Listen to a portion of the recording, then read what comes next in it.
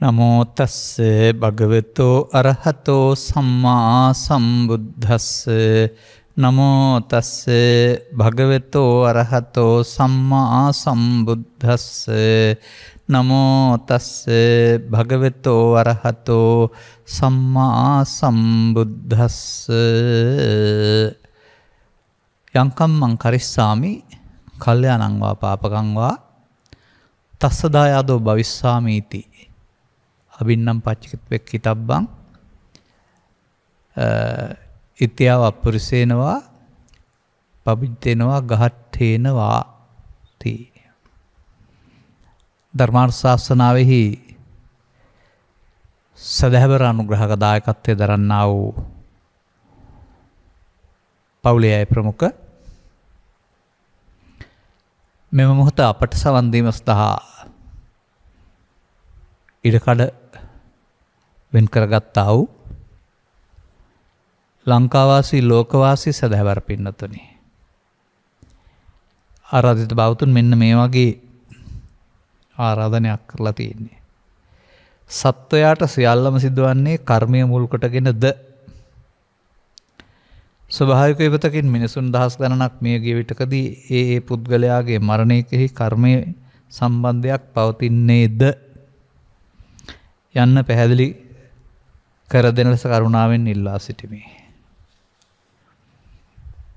ඒ නිසා තමයි දහධම්ම සූත්‍රයේ සඳහන් වෙන්නා වූ එක පාඨයක් මාතෘකා පාඨයේ වශයෙන් ගත්තේ. නමුත් ත්‍රිපිටකයේ පවතින අචින්තේය සූත්‍රය කියලා කර්ම විෂය, ධර්ම විෂය, ලෝක විෂය, බුද්ධ විෂය ගැන හිතන්න යන්න එපා. මනස අවුල් වෙනවා, රෝගීන් වෙනවා කියලා. හිතලා ඉවර කරන්න බෑ. ඒ අනුව මේක ටිකක් දෙපැත්තකින් පුළුල් වල බලන්න ඕන කාරණයක් වශයෙන් මම දකින්නේ. මෙතනදී මම ඔය පාසල් පොතේ උගන්වන වචන ටික එහෙම උගන්වන්න කියන්න බලාපොරොත්තු වෙන්නේ නැහැ. ඊට වඩා ගැඹුරින් මේ පිළිබඳව කතා කරන්න කල්පනා කරන්නේ. මේ අදහස තුළ තියනවාද කියලා කල්පනා කරලා බලන්න මේ ලියවුන අකුරු තුළ කර්මය කියන්නේ පාපේ, කර්මය කියන්නේ දුක් විපාකයේ කියන අර්ථයක්. මට නම් හිතෙන්නේ එහෙම පේනවා කියලා. ස්වභාවික විතරදී මිනිසුන් මිය යන්නේ ඒ පුද්ගලයාගේ මරණය කෙරෙහි බලපාන්නේ කෙසේද? එතකොට මරණය ස්වභාවිකදී මරණය එතකොට දුක් විපාකයක්. දුක් විපාකයට කර්මය කියලා තිබුණ බව මමත් කුඩා කාලේ දන්නවා. මොකද අහිංසක උපාසකම් වලට තුවාලයක් හැදුනහම හරි සසනීපයක් හැදුනහම හරි තමයි పూర్වේ කර්මයක් කියලා මතක් වෙන්නේ. කර්මය කියන අර්ථයට එහා යමින්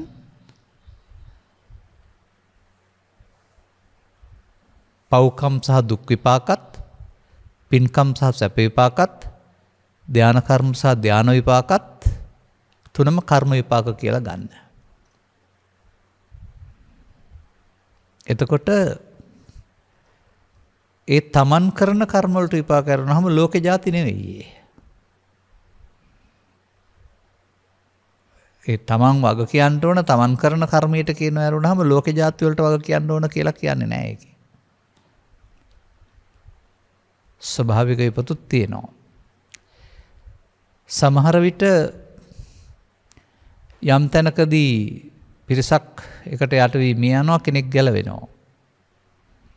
මට මතකයි එක වාහන අනතුරකදී වාහනේ රියදුරට නින්දකින් වාහනේ ගියා ජලාශයකට. එළියට විසුණු දරුවා විතරක් වේරුණා, අනිත් ඔක්කොම ගිලුණා.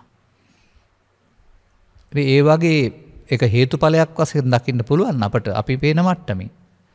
එයා වතුර ගොඩට විසුණා බේරුණායි කියලා. නමුත් ගොඩට විසවෙන්න හේතුවක් තියෙන්න බැරි නේද? ඒ නිසා ස්වාභාවික විපත්වලදී පවා යම් අය බේරෙන එකත් යම් අය විපත් වලට මුහුණ පාන එකත් අපට අර අචින්ත්‍ය විෂය වශයෙන් දකින්නයි වෙන්නේ. සුනාමි විපතේදී දකුණේ හිටපු අය දුම්රිය වලින් රට මැදට ආවා. ඔවුන් බේරුණා. දකුණේ හිටපු අය වෙලාවට දුම්රියෙන් උතුරේ හිටපු රට මැද හිටපු අය උතුරෙන් එහාට ගියා. ඔවුන් ගොදුරු වුණා. මා දන්න පෞද්ගලික කතාවක තිබෙනවා මේ ඉතින් වන්දනා සමය නිසා අලුතෙන් ගත්ත වාහනයක් සමග මිතුරන් දෙදෙනෙක් කතරගම යන්න යනවා. එදා උදෑසන ළඟහල පහල අතර තැනක නතර වෙලා රාත්‍රියේ උදේ කෑම මෙසට යනවා. කෑමෙසේ කෑම ගනිමින් සිටියදීම උන්ට ලැබෙන්නේ 3 වෙනි තට්ටුවේ කාමරයක්. එක්කෙනෙකුට කෑම ගනිමින් සිටියදී යන්න හිතුණා නැගිටලා උඩට. ඔහු 3 වෙනි තට්ටුවේ කාමරේට යන්නේ නැතුව සදල් තලෙන් බලන් ඉන්නවා. මිහිතුරා හිටපු ගමන් නැගිටලා ගියේයි බලන්න යාළුවත් නොකාම උඩට යනවා. මේ මොහොතේ සුනාමි රැල්ල මතුවෙලා එන්න විශාල වෙලා තට්ටු දෙකක් හේදීගෙන යනවා. එතකොට ඔහුව බේරුවේ කවුද? පල්ලෙහා හිටපු ඔක්කොම හොදන්න ගියා. තුවාල කරගත්තා. ඔහු උඩ තට්ටුවට විනාඩියකට තප්පර 30කට නැත්නම් ඒ මොහොතට ඔහුව මෙහෙයුවේ කවුද? ඔහුවත් දන්නේ නැහැ. ඒ නිසා අපි පිටිපසින් පවතිනා වූ කර්ම කියන්නේ පාප නෙමෙයි. පුණ්‍ය ශක්තියකුත් තියෙනවා. අදෘශ්‍යමාන මිත්‍රයෙක් වගේ දෙවියෝ බේරාගත්තා වගේ කියලා කියන්නේ. ඉතින් ඒ නිසා ඒක දුක් විපාක ගැන පමණක් බලන්න එපා. යහපත් විපාක පැත්තකුත් තිබෙනවා. ඒ වගේ මේ අහුඹ සිදුවීම් තියෙන්නත් පුළුවනි. ඒව තමන් විතරක් ගැලවෙන්න තමන්ට පුණ්‍ය විපාක වෙන්නත් පුළුවනි. දෙදෙනෙක් එක කුසල උපදින්නේ බොහොම ලෙන්ගතු වෙන්නේ වෙනම ඉපදුනත් මේවා පිටිපස්ස අපිට නොපෙනෙන දේවල් තිබෙනවා. ඒවා දකින්න සර්වඥතා ඥානයක් ඕන.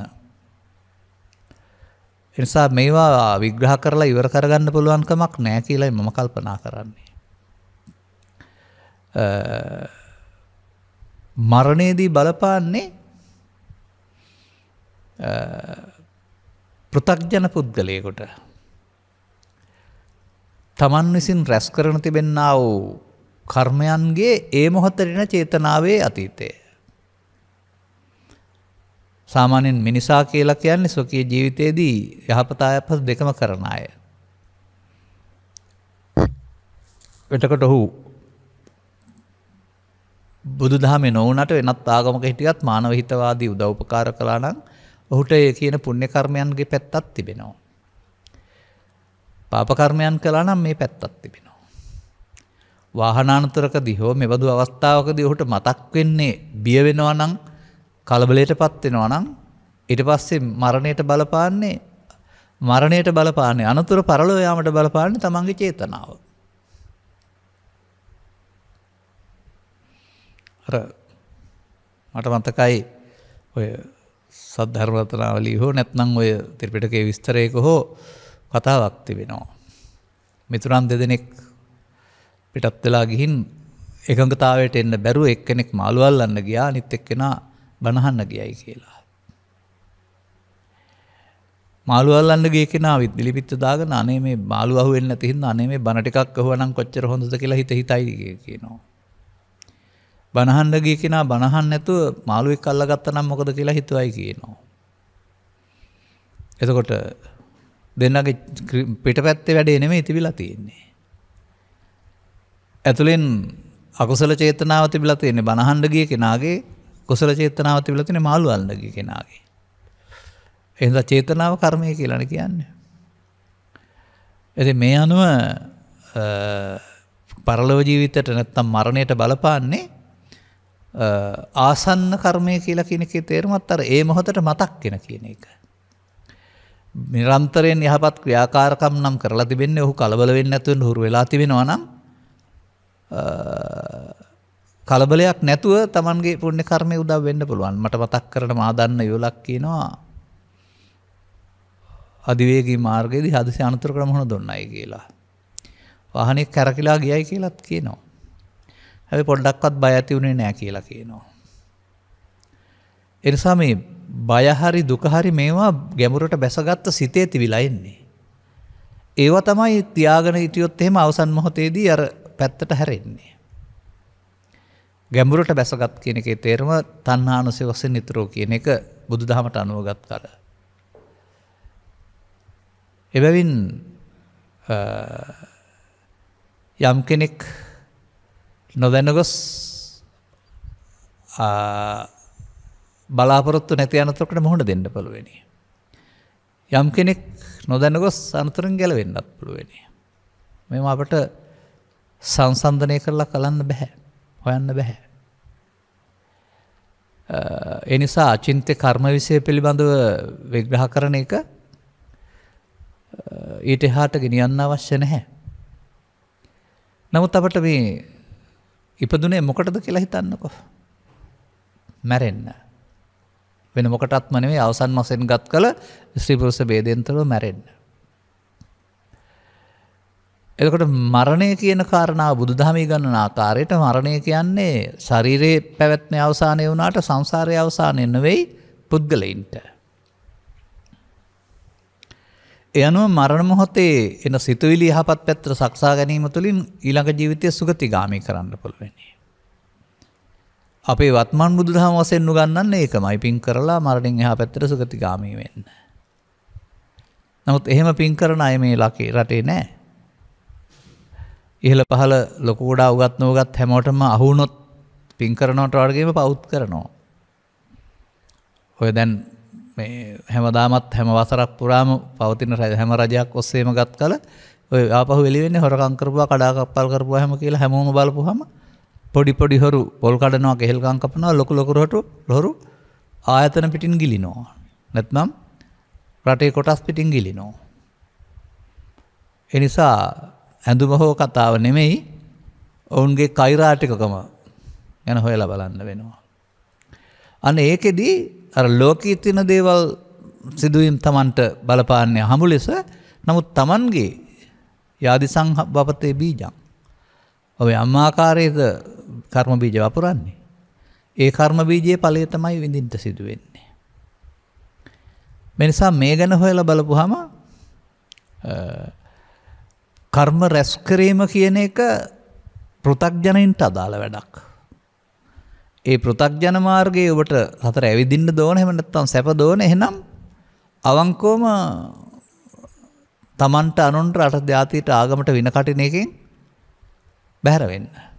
හැම විටම යහපත් ක්‍රියාකාරකමක්ම කරන හැටි පිළිබඳව සංකල්පනාවෙන් උදව්වක් උපකාරයක්ම කරන්න දුකේදී පිහිටදී එහෙම මනසක් හදාගන්න. ඒ වගේම තව ටිකක් එහාට යනකොට මේ සිදුවෙන සිදුවීම් නිසා කොතරම් හොඳ වුණත් කලබලයට කම්පනයටපත් නොවන කෙනෙක් බවට පත් වෙන්න අනාර්ය භාවය නම් බෑ පුරුදු කරන්න වෙනවා. අපි ඒක ඉස්සරහට කතා කරමු. නමුත් මේ මම කතා කළ කර්ම තුන විතරක් නෙමෙයි ත්‍රිපිටකයේ තිබෙන්නේ. තවත් කර්මයක් තියෙනවා. අන්න ඒ කර්මයට මේ කර්මය කරන හැටි ඉගෙන ගන්න පුළුවන් වුණා නම් මේ කර්ම තුනටම බය වෙන්න ඕනේ නැහැ කියලායි මට තේරෙන්නේ. අපේ ධර්ම දේශනාවල මුල් තැන දෙන්නේ මේකටයි. එබැවින් අර ඉදිරිපත් කරපු සාක්ෂි අනුව තේරුම් ගන්න. ඔව්. යම් වෙසනකටපත් වෙලා බොහෝ දෙනෙක් මේ යන්න පුළුවන්. ඒකෙම තවත් සමහර අය බේරෙනවා. එතකොට ඔවුන්ට කිසියම් ආකාරයක ඔවුන් ගලවා ගන්න තිබුණා වූ මේ නොපෙනෙන බලවේගයක් වගේ. සමාජය ඉතින් ඒකට කියන්න දන්නේ නැහැ මොකද්ද කියලා දෙයියෝ බේරගත්තා වගේ කියලා කියනවා.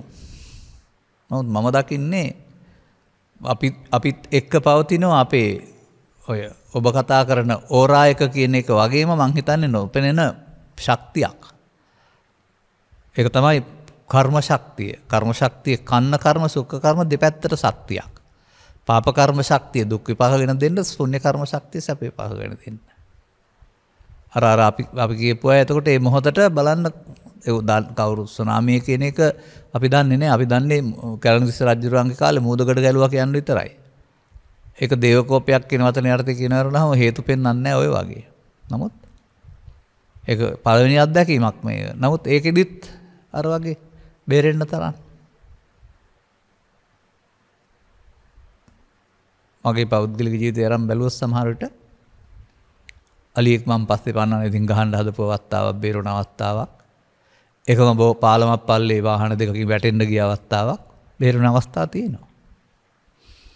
මම ආවේ ඒකට නෙමෙයි වෙන වැඩකට නම් අර වගේ කාරණාවලදී මොනවා හේතුවකින් බේරෙනවා. ඒ නිසා ඔය සුමනාවට වදාළ වචනේ මතක තියාගත්තට කමක් නැහැ බුදුන් වහන්සේ. සුමනාව බුදුන්ටත් මේ ප්‍රකාශයම කළා. අලමේව දානානි ධාතුන් අලම් පුඤ්ඤානි කාතුන් ස්වාමීනි දාන දෙන එකම සුදුසුයි පින් කරන එකම සුදුසුයි. මන්දයත් දෙවියන්ටත් ගිහියන්ටත් පැවිද්දන්ටත් පින උපකාර වෙන බැවිනි. අනේ උපකාර වෙන්නේ බලවත්සේ තියෙනකොට කියන එක තේරුම් ගන්න වෙනවා. එහෙනම් සංසාර ජීවිතයේදී සපවත් සඳහා පින උපකාරී වෙනවා.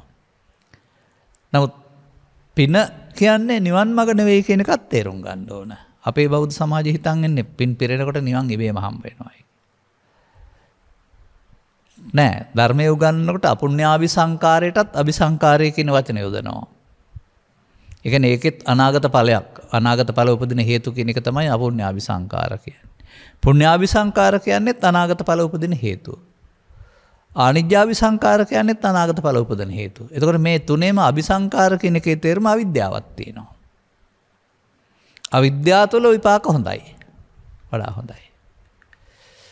එනිසා මේ පිළිබඳව උත්තරේ ලබා ගත්තාට ඒක අර ඔව් නෑ ප්‍රශ්නයකට උත්තරේ ලබා ගත්තා වගේ වැඩක් කරුණාම අපේ ධර්ම දේශනාවකින් ප්‍රමාණවත් පිළිතුරක් ලැබුණා වෙන්නේ නැහැ. ඒ බැවින් අපි එතනින් එහාට ඉගෙන ගන්න ඕන. මන්දයත් ආගමකට අයිති වුණත් අතත් උපන් මිනිසුන් මේ යනවා. ඒ මේ යන විට Tamanට මුහුණ දෙන්න සිදුවෙනා වූ ඉරණම මත රසනීප තත්ත්වයන් මත හදිසි අනතුරකදී අකමැත්තෙන් තමයි සමුගන්න සිද්ධ වෙන්නේ. එතකොට ඒ අකමැත්තට බය වුණොත් හරි තරහ ගත්තොත් හරි වෛර කරොත් හරි ඒ චේතනාව තමයි මරණයට බලපාන්නේ. මරණයට හේතුව වෛද්‍යවරු කල්පනා කරයි වෙනම හුස්ම හිරවීම හරි තව මොකක් හරි කාරණයක් කියලා. ඒ ශරීරයේ බිඳී යාමට හේතුව. මම කියන්නේ ප්‍රතිසන්දියට හේතුව අර එන චේතනාව. එනිසා බුදු සමය තුළ මීටත් එහා ගිය කර්මයක් ගැන කතා කරනවා. අනේක තේරුම් ගත්තොත් ලබාගත් ජීවිතය තුළ විශේෂයෙන් බෞද්ධ පදනමක හැදුන අය වශයෙන් බුදුන් වහන්සේගේ චරිතයට බුදුන් වහන්සේගේ ඉගැන්වීම් වලට පාසල් මට්ටමේදී සවන් දී සමීපකමක් ඇති කරගත් අය වශයෙන් එහෙමත් නැත්නම් ඒවා අහන්න තරම් අර කියපු පින් ඇති අය වශයෙන් මේ ලෝකෙ මිනිසුන් ඉන්නවා. අපි සිංහල කතා කරන්න බැරි අයට ඒ බණ තේරෙන්නේ නැහැ. අපි සිංහල කතා කරන්නේ වෙනත් ආගම් වලින් බණ අහන්න එපා කියලා පරමලා තියෙනවා නම් හරි සිංහල තේරුණත් එයාට තේරෙන්නේ නැහැ. වෙනත් ආගමික මතවාද හිතපාගෙන ඉන්නවා. එතකොට ඒගොල්ලෝ තේරෙන්නේ නැහැ. බෞද්ධ කියන මතවාදය තුළම යම් යම් කුලකයන් නැත්නම් එහෙම තියෙනවා. පරපරවල් ඒවයි පමණයි ඇත්ත කියලා ඒගොල්ලෝ දෘෂ්ටිගත වෙලා ඉන් එහාට අහන්නේ. මේට වඩා නිදහස් චින්තනයක් බුදු සමයේ පවතින්නේ. ඔබ එක තැනක හිර වෙන්න එපා. ඔබට මේ හිතන හරි කියන එක නෙවෙයි වෙන්න ඕනේ.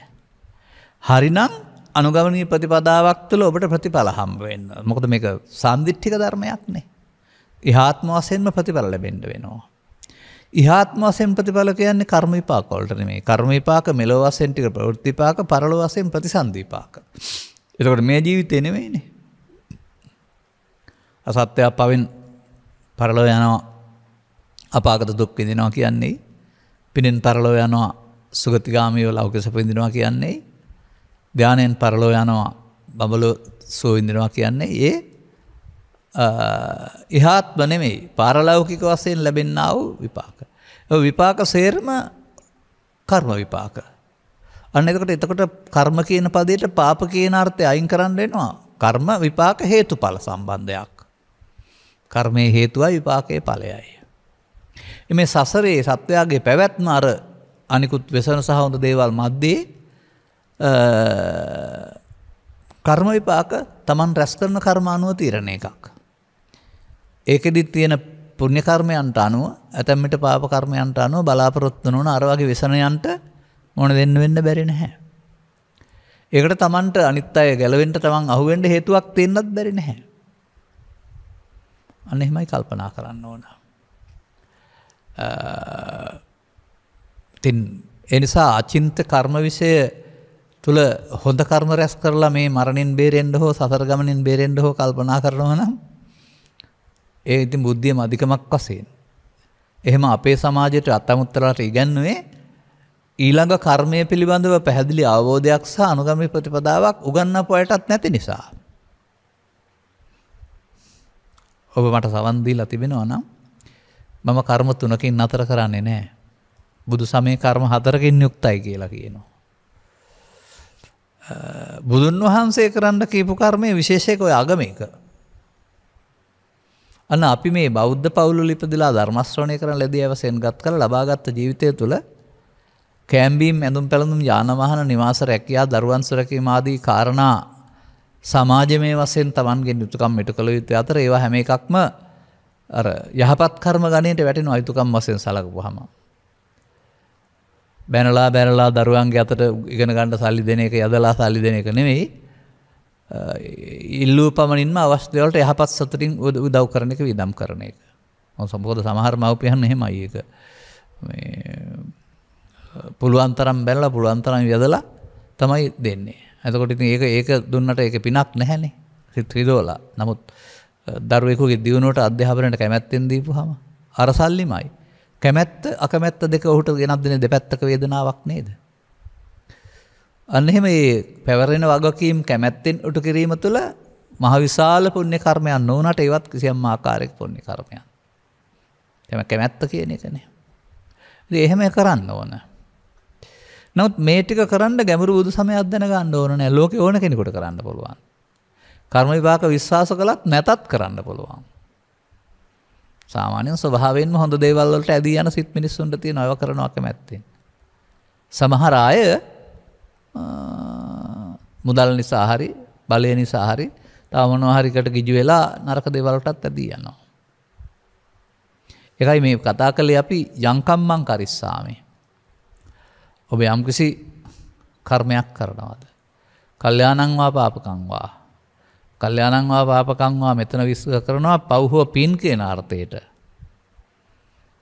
මම විස්තර කරන්න පුළුවන් වෙනත් විදිහකට. කර්ම සියල්ල කර්ම කන්න කර්ම සුඛ කර්ම සියල්ල පාප කර්ම. කර්මක්ෂය කිරීමේ කර්මය කල්යාණ කර්මය. තස්සදායදෝ භවිස්සාමීති. අවිද්‍යාව තුළ කර්ම වලට ප්‍රවෘත්ති විපාක සංසාරේ විපාක. කර්මක්ෂය කිරීමේ කර්මයට ලෝකෝත්තර විපාක. තස්සදායදෝ. එනිසා බුදු සමයේ උගන්වන කර්මක්ෂය කිරීමේ කර්මය කියන්නේ සියලු කර්ම විපාක වලින් මිදෙන මඟ. අර කර්ම කරලා විපාකෙන් මිදෙන්න බෑ සංසාරේ විපාක විඳින්න තමයි ඕන. එනිසා ඔබේ චින්තනය කර්ම රැස් කරලා තවදුරටත් සැප විපාක විඳින බව ගමනක් හදා ගන්න එකද? එහෙමනම් ඔබ යහපත් කර්ම ගැන හොරු කරමින් ඉන්න. නමුත් ඔබ ලබාගත් ජීවිතයේ බුදු සමයට බුදුවරුට සවන් දෙනවා කියලා කියන්නේ මේ බව ගමන නැත්තම් මේ දුක් විපාකෙන් නිමා කරගන්න එකද? එහෙමනම් කර්මක්ෂය කිරීමේ කර්මය කරන්නේ කොහොමද කියලා ඉගෙන ගන්න. එහෙමත් නැත්නම් අර මම තවත් කාරණයක් කියවනේ. ඒ බඳු අවස්ථාවකදී භීෂණයකදී බයකදී මරණාසන්න මොහොතකදී බය වෙලා කලබල වෙලා බේරගන්න කියලා කෑ ගහපුවාම ඒ බයෙන් තරහෙන් තමයි යන්න වෙන්නේ. එහෙම කලබල නොවී ඉන්න පුළුවන් නම් එතකොට සුගතිගාමීත්වය නැත්නම් යහපත් පැත්තට. අන්න නිසා ලෝකේ කියලා කියන්නේ මෙහෙම දෙයක් කියලා ඉස්සෙල්ලා ඉගෙන ගන්න. ලෝකේ කියන්නේ එක පැත්තක් නෙමෙයි. ඔන්චිල්ලාව කියන්නේ දෙපැත්තක් කියලා මම කියන්නේ. අන්න ඒ වගේ මේ බොහෝ ප්‍රාර්ථනා තියෙන මේ පුණ්‍යානුමෝදනාවල පවතින උන් සැප විතරයි බලාපොරොත්තු වෙන්නේ. නමුත් ජීවිතයේ සැප විතරක් විඳපු අය ඉන්නවද? සැප දුක දෙක නිති පෙරළිය සකලකලිය කොහරි. ලෝක ධර්මතා කියන්නේත් ලාභාලාභ සැප දුක් නින්දාව සංසාර. නමුත් අපි ඔය යනකොට දකින්න ඒවලුත් පෙන්වන්නේ අපලුපද්ද දුරු වේවා කියලා තමයි අනිත් අයට කියවන්න ගහලා තියෙන බෝධි ගානේ හැමතැනම වෙලා තියෙන මේ කරදර නැතුව ඉන්න ලැබේවා. හොඳ පැත්ත කැමති නරක පැත්තට කැමති නැහැ. හොඳ පැත්තට කැමති නරක පැත්තට කැමති නැහැ කියන චේතනාව වෙනුවට හොඳ නරක දෙකම ලෝකේ ඉන්නකොට මුණ දෙන්න සිද්ධ වෙනවා. දෙකම දරාගන්නේ කොහොමද කියන එක මීට වඩා උසස් මානසිකත්වයක්. ඔය ඒකපාක්ෂික ප්‍රාර්ථනා කරන අයට මම මේ කියන්නේ. මට දුක එන්න එපා සැප එන්න කියලා කියනවා. මට නින්දා වෙන්න එපා ප්‍රශංසා වෙන්න කියනවා. මට ලාභ ලැබෙන්න අලාභ ලැබෙන්න එපයි කියලා කියනවා. අර ඔන්චිල්ලාවක එක පැත්තක් ඉල්ලා සිටින්න ආසේ. ඔන්චිල්ලාව එක පැත්තකට පදවලා අනේ අනිත් පැත්තට යන්න එපා කියලා කියනවා. පුළුවන්ද කරන්න? ඒ නිසා ලෝකේ යන ඔන්චිල්ලාවේ දෙපැත්ත වගේ මේ දෙපැත්තම එනවා. පල අපල. පලත් බාර ගන්න ඕනේ. අපලත් බාර ගන්න ඕන කියන එකේ තේරුම අපල නිසා දුක් විඳින්න ඕන කියන එක නෙමෙයි. ඒකට මුහුණ දෙන්න ඕන කම්පනයකින් තොරව. අන්න ඒ විදිහට මේ සිදුවෙන සිදුවීම් සම්බන්ධයෙන් කම්පනයකින් තොරව මුහුණ දෙන්න අවශ්‍ය මානසිකත්වයක් හදන එක තමයි බුදු සමයෙන් කරන්නේ. එතකොට ලෝකේ අටලෝ දහම සිදු වේවි. නමුත් Tamanට එකකට උද්දාමයේ සහ අනෙකට කම්පණය නැහැ. ඒ දෙකටම අදාළ දෙපැත්තට නැමීම වෙනුවට වෙනත් පැත්තක ස්වභාවයක් සංසම් ස්වභාවයකට සිත හදන්න ඕන. ජීවිතය තුළ හිත හදන්න ඕන. බුදු සමය තුළ උගන්වන්නේ මේකට ඔරොත්තු දෙන්න හිත හදාගන්න. ඒ හිත හදාගන්න තේරෙන්නෙත් නැති ඕනකමකුත් නැති අය තමයි අර හැම විටම අපලෙන්න එපා සැප විතරක් වෙන්න කියලා ප්‍රාර්ථනා කර ඉන්නේ. ප්‍රාර්ථනා හැමෙදී සිදුවෙන වෙනත් එකක්. ප්‍රාර්ථනා පළ කමනින් සියල්ල සිදු වෙන්නේ නැහැ. නමුත් සිදුවීම වෙන්න පුළුවන්. අචින්තිතම්පි භවති චින්තම් වෙනස්සති කියන්නේ ඇයි? නොසිදු දෙයක් වෙනවා කියන එක. ඒක කලමනාකර කරගන්නේ කොහොමද? ඒ තුලින් මනසට හානි සිදුවී මරණින් මත්තර දුකටපත් වෙන්නේ නැතුව එතන මම මේ කියන්නේ කලමනාකරණය. ආපදා කලමනාකරණය වෙනම කරුණා. හිත. අන්න එවිට බුදු සමය පිළිබඳ අවුරුදු 2700ක ඉතිහාසය ඉගෙන ගත්තට මේක කරන්න බෑ. බුදු සමය පිළිබඳ අවුරුදු 2700ක ඉතිහාසය ඉගෙන ගත්තේ නැතත් ඔබ පිළිබඳව හදාරන්න පුළුවන් නම් ඔබට බුදුන් වහන්සේ වදාළ පරිදි. ඔබට මේ කම්පණයට දුකට හේතුව ලෝකෙ නෙමෙයි තිබෙන්නේ ඔබ ළඟ කියලා තේරෙවි. අර කර්මයේ හේතුව විපාකයේ ඵලය වගේ දුකට හේතුව නැති කිරීමෙන් දුක නැති වූ තැන කියන තැනට මේ කර්ම න්‍යාය වෙනස් කරගන්න පුළුවන් වෙනවා. අන්න ඒකයි අවශ්‍ය වෙන්නේ. අපට කතා කරන බොහෝ දෙනෙක් ජීවිත කාලය තුළ දාන ආදී පින්කම් විහාරස්ථාන කරන විවිධ පින්කම් කරමින් ආපු අය බොහොම පුණ්‍ය කාර්ය ලැබියෝ බණත් අහපු අය. සමහර විට පළවෙනි වතාවට තමයි ත්‍රිපිටකය තුළ කර්මක්ෂය කිරීමේ කර්ම කියලා එකක් තියෙනවා කියලා අපෙන් ඇහුවා කියලා කියන්නේ. ඒක අපි තනි අයිතියට බාර ගන්න ලෑස්ති නැහැ. තවත් දේශකින් වහන්සේලා එක කියනවා. නමුත් මේ සමාජයට විවෘත නූ පැත්තක් විවෘත කරනවා අපි.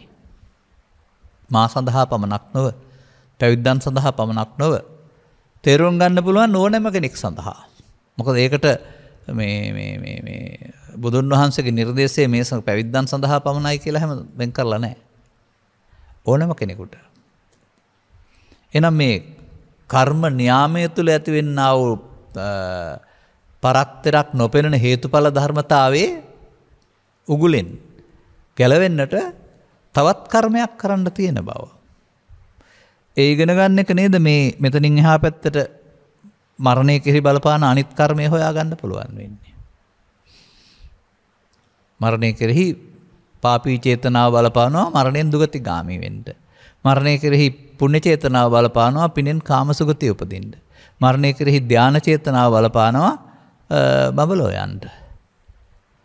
අන්න මම කියන්නේ කයෙන් මරණයටපත් වෙනවා නෙමෙයි අර චේතනාවට අනුව අනාගත ඵලය හේතුඵල.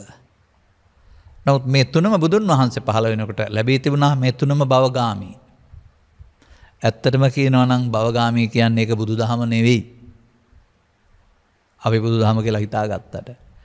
මන්දයත් සතතාගතෝ භව නිරෝධාය ධම්මං දේශේති. භවගාමිත්වයේ වඩා භව නිරෝධය පිණිස දේශනා කළ ධමයක් තිබෙන්නේ.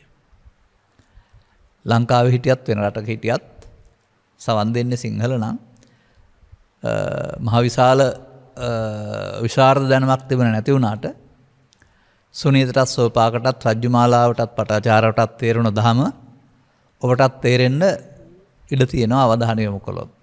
තේරෙනවා විතරක් නෙමෙයි අනතුරුව එදිනදා ජීවිතයේදී කටයුතු කරමින්ම අනුගමනය කරන්නත් පුළුවන් වෙයි.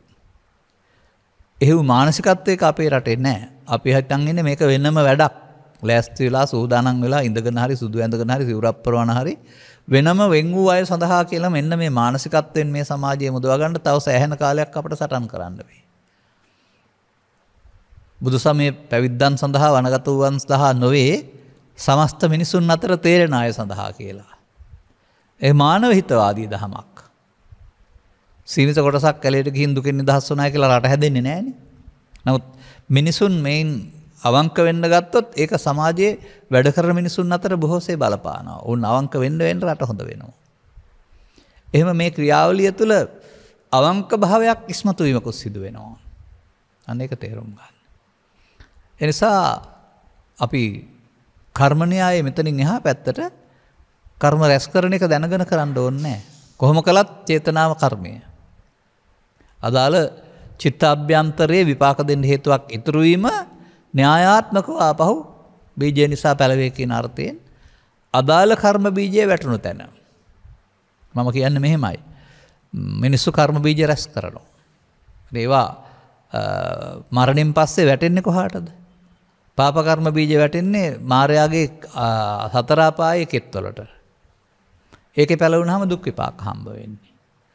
පුණ්‍ය කර්ම බීජ වැටෙන්නේ මිනිසුන් සහ දිව්‍ය ලෝක හයේ. ඒකට වැටුණාම සැප විපාක හම්බ වෙන්නේ. ධාන කර්ම බීජ වැටෙන්නේ බ්‍රහ්මයන් බබාට ආйти මහ බ්‍රහ්මයාට නැත්තම් මේ ප්‍රාමරයාට ආйти රූපී අරූපී බඹතල විශ්සේ. එතකොට ධාන විපාක දෙන්නේ. මේක විලියද්දක් නැත්තම් කෙතක් කොට ගත්තොත් එහෙම මේ කාම රූප අරූප වාත්‍රය තුන් ආකාරක විපාක දෙන්නා වූ ලියදි තුනක්. අස්සන්න පළ විපාක නොදෙන මද අස්සන්නක් දෙන්න සහ සරු අස්සන්නක් දෙන්න. මාර බන්ධනෙන් මිදලා නැහැ කවුරුත්. දෙවියොත් හිතලා හිතන් ඉන්නවා මාර බන්ධනයෙන් මිදලා කියලා බ්‍රහ්මයොත් හිතන් ඉන්නවා. අපාගත සත්‍යයට හිතන්න නිවනක් නැහැ නුවණක් නැහැ. මාර බන්ධනෙන් මිදෙන්න මේක තේරුම් ගත්ත මිනිසුන්ට ඇර වෙන අවස්ථාවක් නැහැ. ඔබේ ආපු සමීප ගමනේ හුඟක් සමීප වෙලා නේද ඉන්නේ. යලිත් ඈතට යනවද ආපහු යනවද සමීප වුණාම ඉලක්කයට යන්න මහන්සි වෙනවද? අන්න එකයි තේරුම් ගන්න ඕන. එහෙමනම් කර්ම රැස් කිරීමේ කර්මය ලෞකිකයි. ඒක පෞපින් විපාක තුනටම ආйти වෙන්න පුළුවන් ආකාරයෙන්. කර්මක්ෂය කිරීමේ කර්මයේ ඵලය ලෝකෝත්තරයි. අන්නේ ඒක තේරුම් ගන්න වෙනවා. ලෝකයෙන් ඈතර එහෙම නෙවෙයි.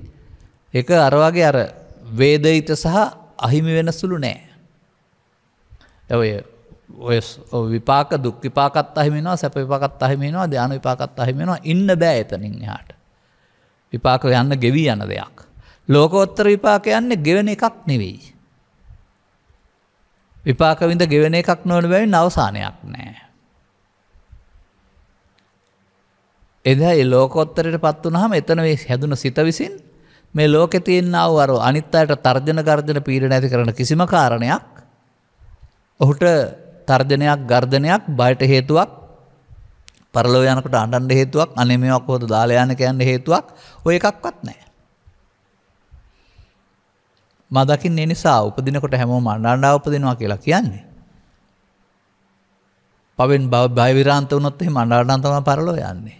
නමුත් සද්ධර්මයේ තේරුම් අරගත්තොත් එහෙම මරණ සතික් බික්කවේ භාවේත අමතෝගද අමත පරියෝසනා කියලා බුදුන් වහන්සේ වදාරලා තිබෙන්නේ. ඔබට මරණ සතිය බුදුන් වහන්සේ වදාළ පරිදි භාවිතා කරන්නේ නම් ඔබ අමත අමෘතයට බැසගත්තේ වෙයි අමෘතයේ කෙලකොට ඇත්තේ වෙයි. ඒක බුද්ධ වචනයක්. මේ බුද්ධ වචනේ ගොඩාක් විශ්වාස කරලා මම අර අවුරුදු 15 10 15 විතර ඉඳලා මගුල් උත්සවවලදී කියාපුවා මරණ සතියද මේ මරණ සතිය කියලා හොයනවා. නෑ. ඒගොල්ලෝ ඉතින් කියන්නේ කවදා හරි දවසක මැරෙනවා මම කවදා හරි මැරෙනවා කියලා හිතන්න කියලායි කියන්නේ මරණ සතියේ. ඔන්න ඔය වරද්දපු බුද්ධාගමේ තමයි ඔබත් මමත් හිටියේ. එහෙම හිතලා කවදාවත් හම්බ වෙන්නේ නැහැ. මරණ සතිය වඩන්න තියෙන්නේ පුද්ගලයෙක් වශයෙන් නෙවෙයි. ඒ බුදුන් වහන්සේ වදාළ මරණය ජීවිතාවසානයේ තියෙන එක නෙමෙයි. දැන් ඇසේ කනේ නාසයේ දිවේ කයේ අරමුණෙන් අරමුණට සිදුවෙන මරණයක් තියෙනවා. මේ මරණයේදී සසරට බැඳී සිදුවෙන්නේ මරණ සතිය නැති නිසා. පවෙන් හෝ පිනෙන් හෝ ධානයෙන් සසරට බැඳී මරණය සිදුවෙන්නේ මරණ සතිය නැති නිසා. අන්නේ බැඳෙන එක නවත්තන්න වඩන්න පුළුවන් එකක් තමයි මරණයට සතිය කියන්නේ. එතකොට අමතෝගදා නිවනට බැස ගැනීම නිවන් කෙලවර ගැනීම කියන එක හම්බ වෙනවා. බුදුන් වහන්සේ වදාළ පරිදි මරණ සතිය දැන ගැනීමම සියල්ල දැනගත්තා වෙනවා. නැත්නම් ධර්ම මාර්ගය දැනගත්තා වෙනවා. ඒ පිළිබඳව ဒုတိ මරණ සති සූත්‍රයේ ඔස්සේ මාස 5ක් 6කට පෙර හෝ 4කට පෙර අපි ධර්ම දේශනාවක් කරලා තිබෙනවා. නිසා අපි එතෙන්ට යන්නේ නැහැ. පොදුවේ මේ ආරාධනා කරපු අය තේරුම් ගන්න ඕන කරුණක් තිබෙනවා. මේ ඔබ කරමින් ඉන්නේ මොකද්ද? ඔබ ගියයි කනවා බොනවා නානවා දරුවන් පෝෂණය කරනවා රැකියාවක් කරනවා කියලා. ඒ බාහිර වශයෙන්. මා දකින්නවා පෘථග්ජන කියන පුද්ගලයා චේතනාත්මක වශයෙන් මේ සසර හදමින් ඉන්නේ. පව හේතු තබමින් අනාගත සසරක් හදමින් ඉන්නවා. පින් හේතු තබමින් අනාගත සසරක් හදමින් ඉන්නවා. ධාන හේතු තබමින් අනාගත සසරක්.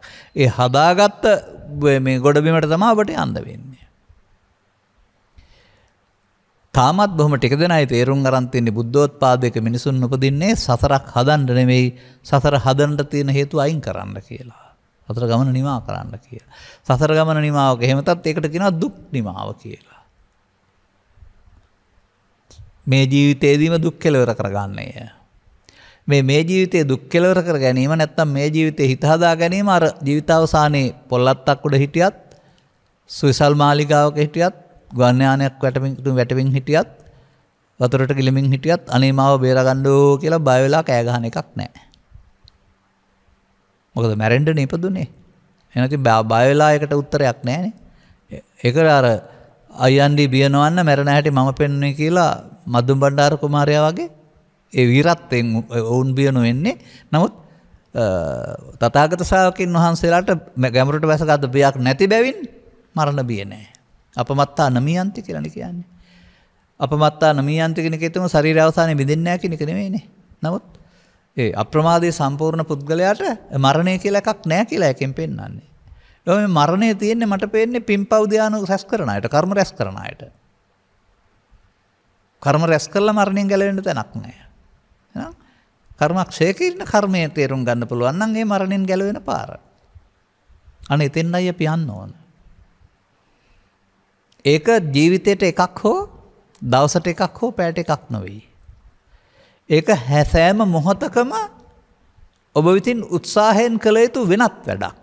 මේ යන වැඩේ වෙනුවට වෙනත් වැඩක්. ඒක ටිකක් ඔය බාහිර පොතපතින් ඉගෙන ගන්නවට වඩා ඔබේ සිත තුළ සිදුවෙන්නා වූ පෙළ දහම් දෙකක් තියෙනවා. ත්‍රිපිටකයේ පුරාම උගන්වනවා ඔබේ සිත තුළ සිදුවෙන්නා වූ පෙළ දහම් දෙකක්. සිත තුළ කිව්වම ඇස තුළ, කන තුළ, නාසය තුළ, දිව තුළ, කය තුළ ඕන එකක් තුළ. මොහොතකින් සිදුවෙන්නා වූ පෙළ දහමක් උගන්වනවා. ඒක පොතේ තිබෙනවා පොත පාඩම් කරලා විභාගයට ලියන්න පුළුවනි. ඔබට දැක ගන්න බෑ.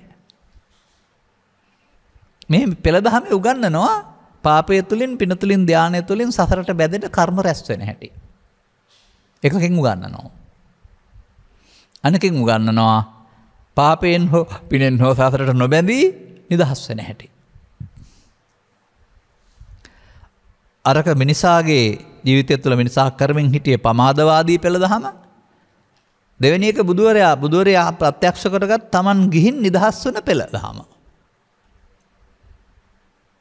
අන්න ඒ නිදහස් මඟ ගිය බැවින් තමයි තථාගතවරුන්ට අක්ඛාතාරෝ තථාගතා කියලා කියන්නේ. මඟ පෙන්වන්න. පාර දන්නවා, පාරේ ගියා. ඒ නිසා පෙන්වන්න දන්නවා.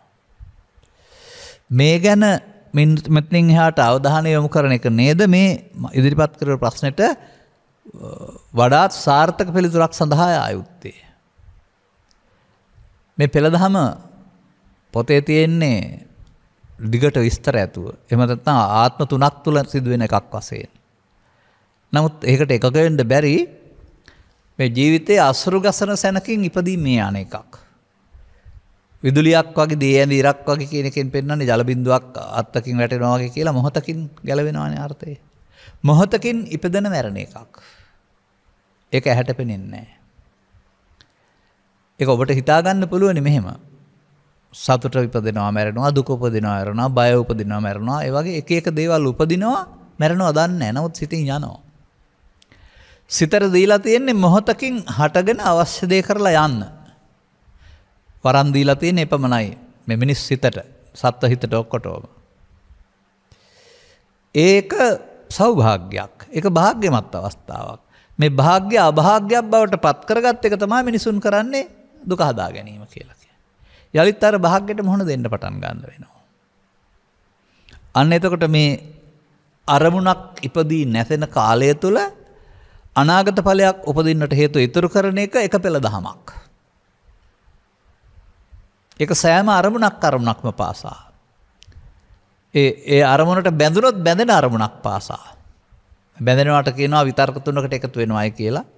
කාම විතර්කය, ව්‍යාපාද විතර්කය, විහිංසා විතර්කය තුනෙන් එකකට බැඳුනොත් හැම මොහොතක් පාසාම එතනින් ඉවර වෙන්නේ නැහැ. අනාගත ඵලයකට හේතු ඉතුරු කරනවා. මේ ලෝකේ ජීවත් වෙන අය තේරුම් ගන්න වෙනවා Taman ඉන්නේ මෙන්න මේ ප්‍රමාදවාදී පෙළ දහම තුර කියලා. සමාජවාදී නෙමෙයි, ප්‍රමාදවාදී. ප්‍රමාද අනුගාමී. අනුගාමී පෙළ දහම තුල කියන එක. එමව තේරෙන්නේ නැති අය ඉතින් සතර හැදෙනවා නේද? ගැලවීමක් නැහැ නේද කියන එක තේරෙන්නේ නැහැ. සතර හදන්න බුදුදහම දැනගන්න ඕන නැහැ. මොන ආගමේ ඉපදුනත්, මොන රටේ ඉපදුනත්, මොන ජාතියේ ඉපදුනත් ලෝකෙට ඇලුනොත් ගැටුනොත් ලෝකෙත් එක්කලා. ඒ කියන්නේ බෝකේ තියෙන කාරණා තමන්ගේ කරගන්න හෝ ඒවැ රසය විඳින්න කල්පනා කළොත් ඒ තුල ඒ ලෝකෙට ඇලෙන ස්වභාවය විසින් මේ ඇලුවීම නිසා සසර හොයන පැත්තට හදලා දෙනවා. ඒක තම තමන් ඇලෙන ගැටෙන ප්‍රිය කරන ආකාරයට හොයා දීමක්. ධානවල හැවෙන්නේ සංසුන් සෝයක් නම් ඒ ධාන බබලව හොයලා දෙන්නේ ඒක විඳින්න බොහොම කාල. පුණ්‍ය කර්මය තුල හැව්වේ සපතක් නම් විපාකයක් ලබා දෙන්නේ දෙවියන් අතර ඒ විඳින්න. පාප කර්මය තුල හැව්වේ සපතක් නම් පාපකාරී තුල ලබා දෙන්නේ අපාය. ඒ අනිත්‍යයට දුක් දීම තුළින් Tamanට දුක්. නමුත් ඔහු සැප කියලා තමයි හිතුවේ.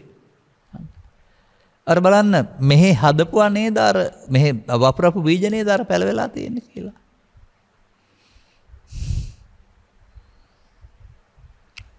අන්න එහෙම තේරුම් ගත්තම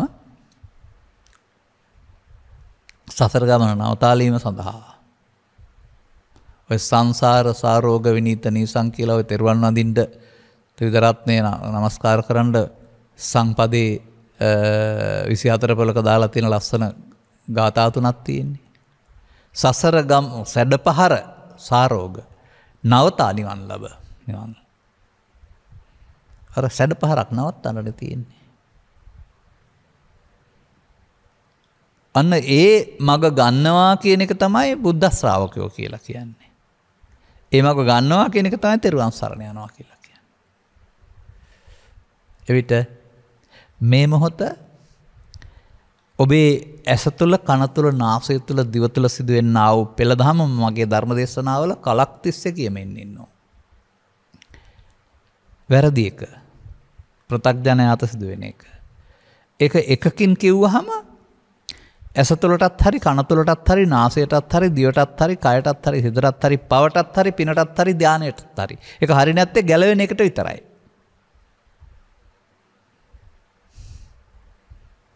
එන්න මේ අපිට ගැටෙන මොහොතකදී අපි හදාගත්ත අතීතයක් සිතට ඇවිදින් ඒ අතීතයට එකතු වෙමින් වර්තමානයේ අතීතයේ රුචි පරිදි ඇලෙමින් ගැටෙමින් අනාගතයක් හදනවා. මොහොතකින්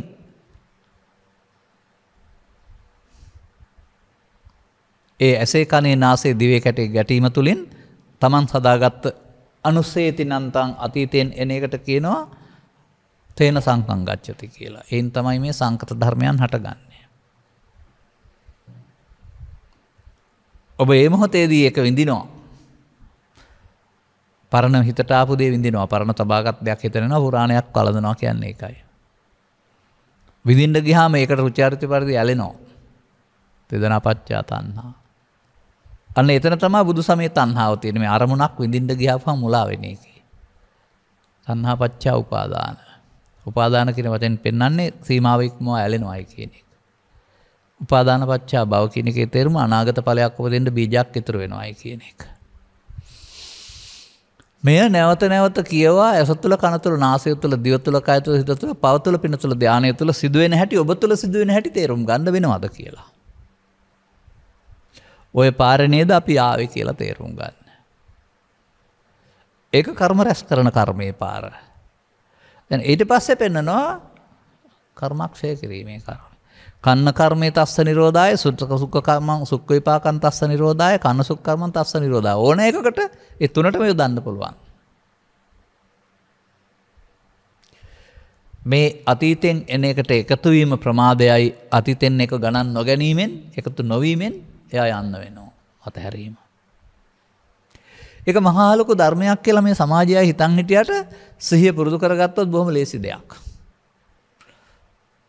ඒකට අවශ්‍ය වෙන්නේ බුදුන් වහන්සේ වදාළ පරිදි සතියක් සමග ඒකට එකතු නොවෙන්න දියුණු කරන වීරියක්. ඒ කියන්නේ ඔබ පිළිගන්න වෙනවා ඔබ වැඩුවේ කාමාංග දැන් වඩන්න ඕනේ බොජ්ජංග කියලා. දැන් එතන මොහොතක් පාසා චිත්ත අභ්‍යන්තරෙන් තියෙන එක එනවා. එතකොට එනේවා උපන්න කුසල් කියලා කියන්නේ. එකතු නොවීමෙන් දුරු වෙනවා. අර චිත්තාභ්‍යන්තරයේ අනාගත විපාක දෙන්න තියෙන කර්ම සියල්ල ඇවිදින් ඉවර වෙනවා. ඒකට කියනවා කර්මක්ෂය වෙනවා කියලා. ඒ අලුතෙන් කර්ම රැස් කිරීමක් වෙන්නේ නැහනේ.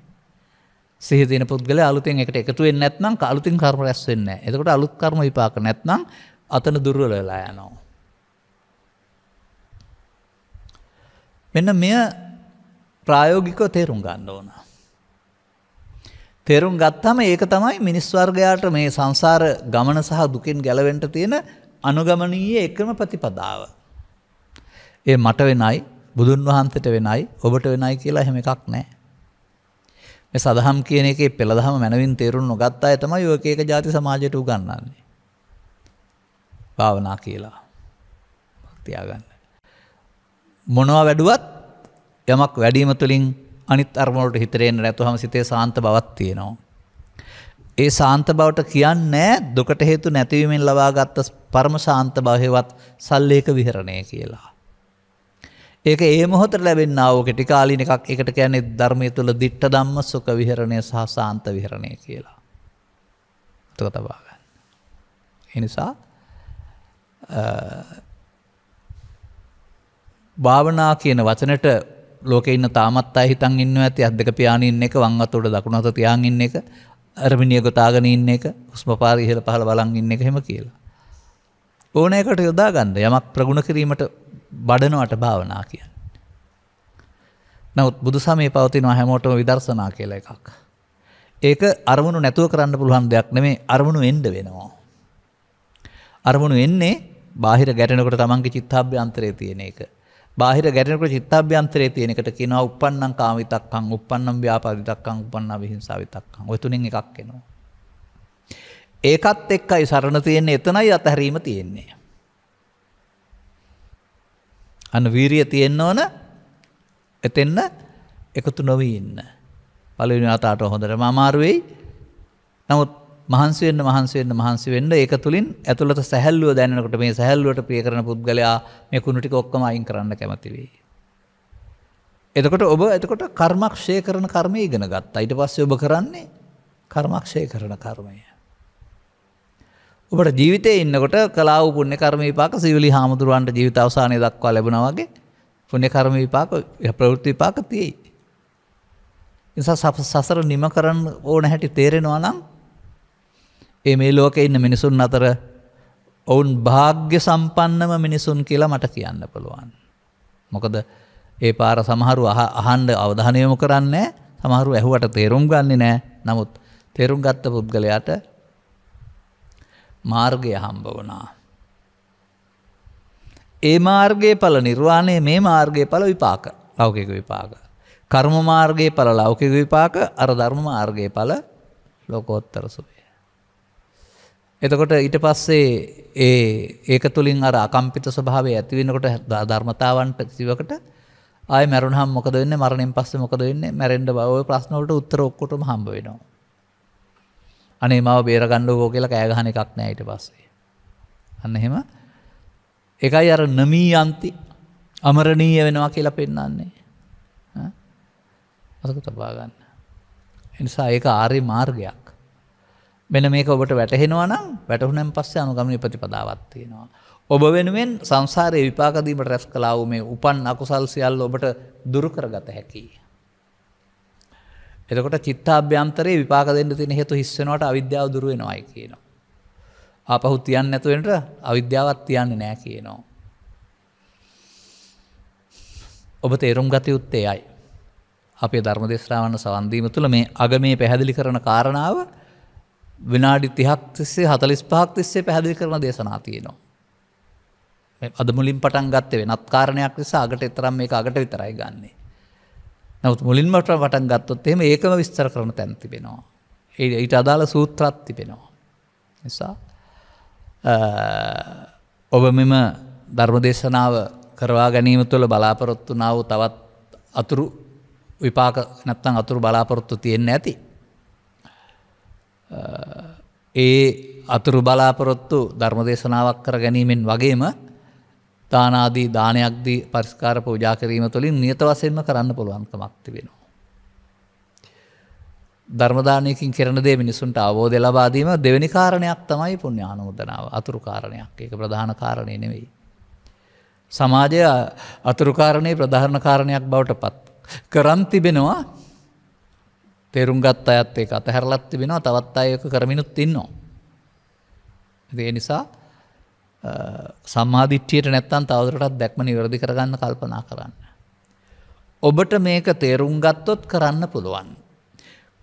ඒක ඇත්ත බව තේරෙන්නේ කරනකොට ඔබේ සැහැල්ලුව දැනෙන නිසා. ඔබ විඳපු දේවල්, තැවුණු දේවල්, කම්මලට පත් වුණු දේවල් දැන් බාහිර ලෝකෙ සිදු වුණාට ඔබට කම්පනයක් නෑ නේද කියන එකේ දුකක් නැති ප්‍රතිඵලය තේරෙවි. දුක නැති උතනනේ. එවිට තවදුරටත් මානිවත් අභික්කම හෙවත් නොනැවති ඉදිරියට යන්න කියන ආදර්ශ පාඨය ඔබට වළංගු වෙයි. මෙන්න මේ தත්ත්වය තේරුම් යාම දක්වා ධර්ම ශ්‍රවණය කරන්න. අවුරුදු 2700ක ඉතිහාසය පාඩම් කරන්නේ නැතුව ඒක විභාගයට ලියන්න ඕන නම් අදාළ විෂයක් පාඩම් කරගන්න.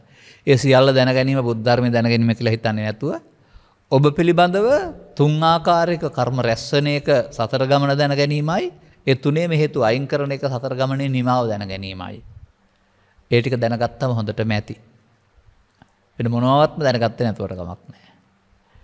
අදාළ කරුණු තේරුම් අරගනිමින් ඔබේ දැනුම පුළුල් කරගෙන යහාත්ම වශයෙන්ම ජීවිතයේ යහපත්ව ගත කරන අතර අනුගමනීය ප්‍රතිපදාවක් තුළ කාටවත් නොදැනෙන්නට මේ මොහොත පස්ස නිරෝධයෙන් වේදනා නිරෝධය, වේදනා නිරෝධයෙන් තණ්හා නිරෝධය, තණ්හා නිරෝධයෙන් උපාදාන නිරෝධය, උපාදානයෙන් භව නිරෝධය නම් වූ අරමුණට එකතු නොවීමෙන් අතරට පැන වෙන් කරන එක. අතීතය අතහැරලා වර්තමානයේ ඔස්සේ අනාගතයක් හදන එක නැවැත්වීමෙන් කර්මක්ෂේන කර්මයේ සිදුවන ආකාරයේ තේරුම් අරගෙන එය කිරීමට සිතට ගන්නා හැටියට මතක් කරමින් ධර්මානුශාසනාව මෙතකින් අවසන් කරනු ලබනවා.